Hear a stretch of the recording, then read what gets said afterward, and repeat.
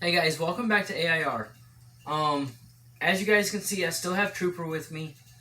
He's chilling out on me. I'm actually not really comfortable with the way he's sitting. Come here, baby boy. There you go. Go ahead and pancake my baby. You're okay. This next video, I'm going to talk about daily care requirements for your bearded dragon. Um, now we're going to mention the things that we do on a daily basis and what's recommended for daily care. Um, First and foremost, feed them daily with insects and greens. Um, what I always do whenever I feed greens is I always mix it up. Like today I did green bell pepper and red bell peppers. What I'm gonna do tomorrow is I'm gonna do kale with some parsley and some fruit. And then the day after that, I'm gonna switch it back to the peppers and stuff like that. So I switch it up each day, giving him a variety. Um, Number two, provide fresh water. Fresh water daily will guarantee you health for your reptile.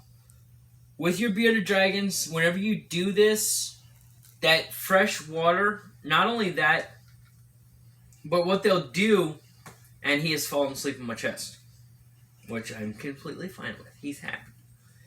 Um, but what they'll do is with that fresh water, they'll actually go and they'll soak in it. They'll sit in their water. So anything that's dirty on the bottom of their enclosure that has not been cleaned, they will drag that into their water. So you want fresh water daily for them. Because if you have bacteria or anything in that water, they can get them sick with a bacterial infection, which can be internal and can kill them. So please keep that in mind. The next thing that I want to mention is whenever you do their salad or their greens, always mist their salad. That extra water and stuff, because whenever you cut up their salad to give it to them, some of the water will come out of their vegetables. So always mist their salad. Take like a little spray mister and just mist their salad. Don't saturate it, but just mist it really good to where it's all nice and moist. But also, after you do the misting, sprinkle it with what's called Reptical, which is the kind that we use.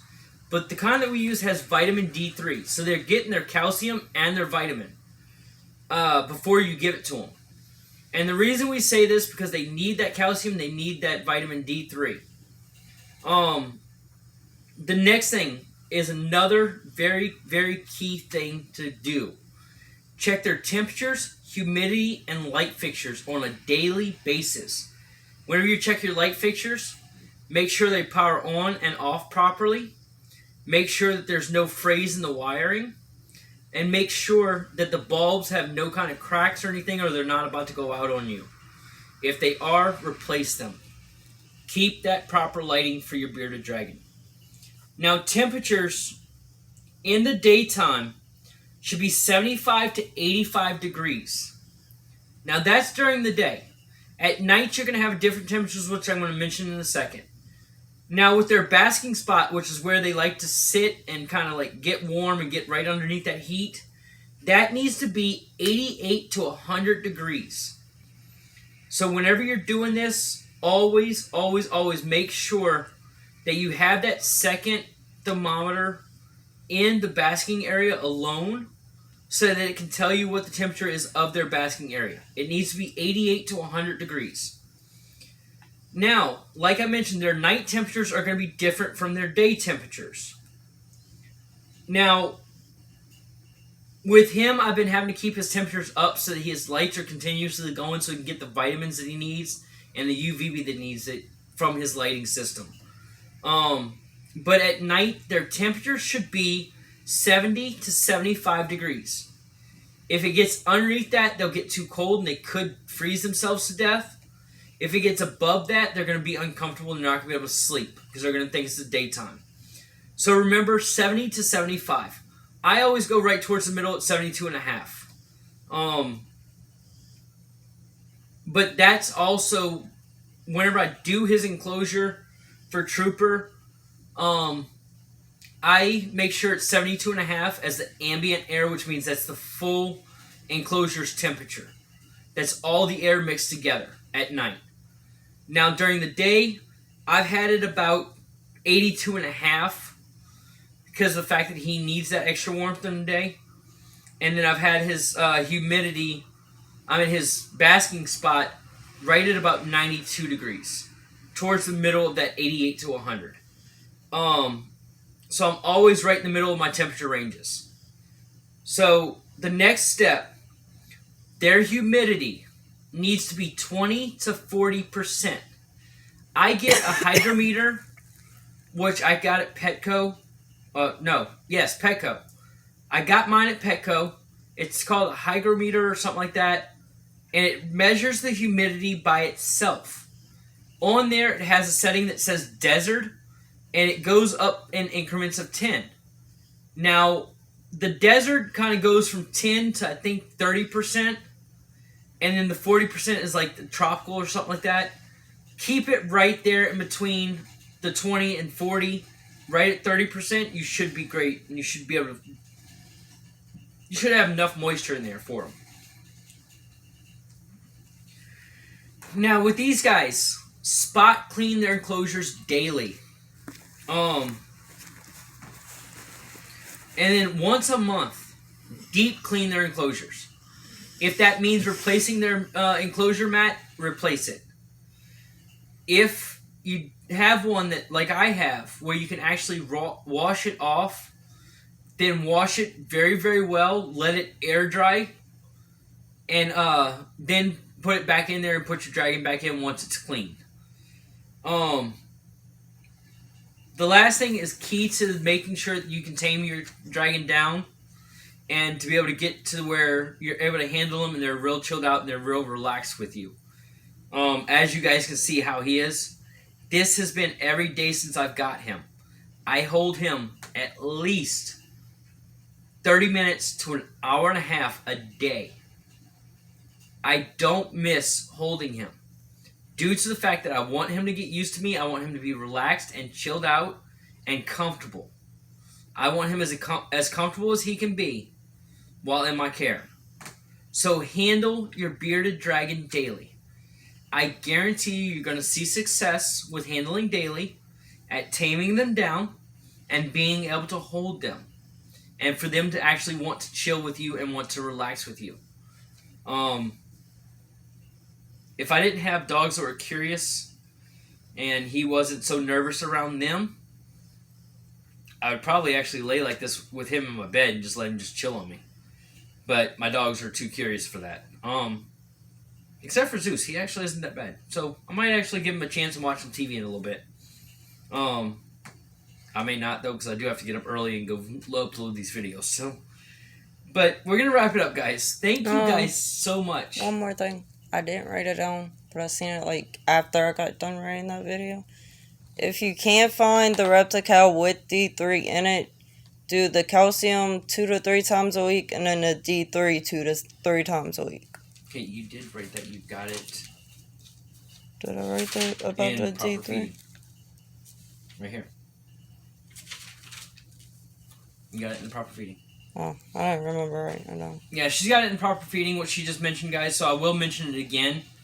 In the proper feeding, because it does need to be. That does need to be a sickler. They need the calcium and vitamins. That is very, very key to their health and to their growth. So we'll mention it again in proper feeding video. What Amber just mentioned. You're okay, baby. You're not gonna fall. I promise you're not gonna fall, Daddy. You're alright. So we're gonna wrap it up, guys. Thank you guys so much for your support. We appreciate it from AIR. All of our animals appreciate it. Including our newest addition, Thor, which is knocked out cold. But if you have any questions or comments, leave them down below in the comment section. But please keep it age appropriate. Children watch my channel. I don't want anything that's inappropriate for them to have to see. As you guys notice in all of my videos, I'm very age appropriate. I do include the children whenever I mention facts for them. So please keep it age appropriate. If not, I will have to remove your comment. I may block you from commenting if I feel it's beyond anything that needs to be ever put on a YouTube channel. And if it's bad enough and you're promoting something that should not be promoted on YouTube at all, I will report it to YouTube for their review, which could mean that they will delete your account. I don't want to see that happen. I want you to have freedom of speech, but freedom of speech on my channel means make sure it's age appropriate. If it's not appropriate for the children, then I don't want it on my channel. This is educational. This is what I want to help children learn about reptiles. Also, don't forget to like and subscribe. Your subscription means a lot to me. It shows me that I'm doing a great thing. It makes me feel so much better about what I do. And it actually has helped me with the people that have subscribed and continued their support. It helps me to overcome my fear that I'm either not doing enough or it wasn't good enough. So thank you guys so much for that support. It really means a lot to me, and it means a lot to my animals. But we're going to wrap it up, guys. If you can't comment down below and you're having trouble with YouTube, find me on Facebook at AIR Reptile Rescue. It's above my big head up there. And don't forget, if you have any questions or something like that and you feel they're not age appropriate for YouTube, send me a message on Facebook. I'm more than happy to answer any questions or comments. If you want to know about any adoptions, I will have one coming soon, but we're going to make sure that he's ready and that he's tamed down and everything and ready for a new home. I'm only going to adopt him out locally, though. I don't want him being shipped cross country or across the world, especially with the temperatures now getting into the 40s and into the 30s here in South Louisiana. By the time he's adoptable, it should start warming up again. But we'll talk about adoptions and stuff like that whenever he is available for adoption. I'll mention it on my Facebook page. So you guys come back, check out the next video. It's gonna be a daily or proper handling of your bearded dragon. You guys have seen a lot of the proper handling already with the way that I handled Trooper. Too many T's in my house. What the heck? But as you guys have seen, fault. You named them. As you guys have seen with Trooper on how I handle him, as you guys can see how he is right now, my hands are free and available at all times. He goes to move, I can grab him and make sure I have control to where he doesn't fall and hurt himself. So remember, proper handling is very key to their care, and we'll talk about it. And I'm going to show you kind of the steps that I take to take him out and to put him back in his enclosure and how I handle him and stuff like that. So please stay tuned for that next video, guys. We'll see you soon. Good night from AIR.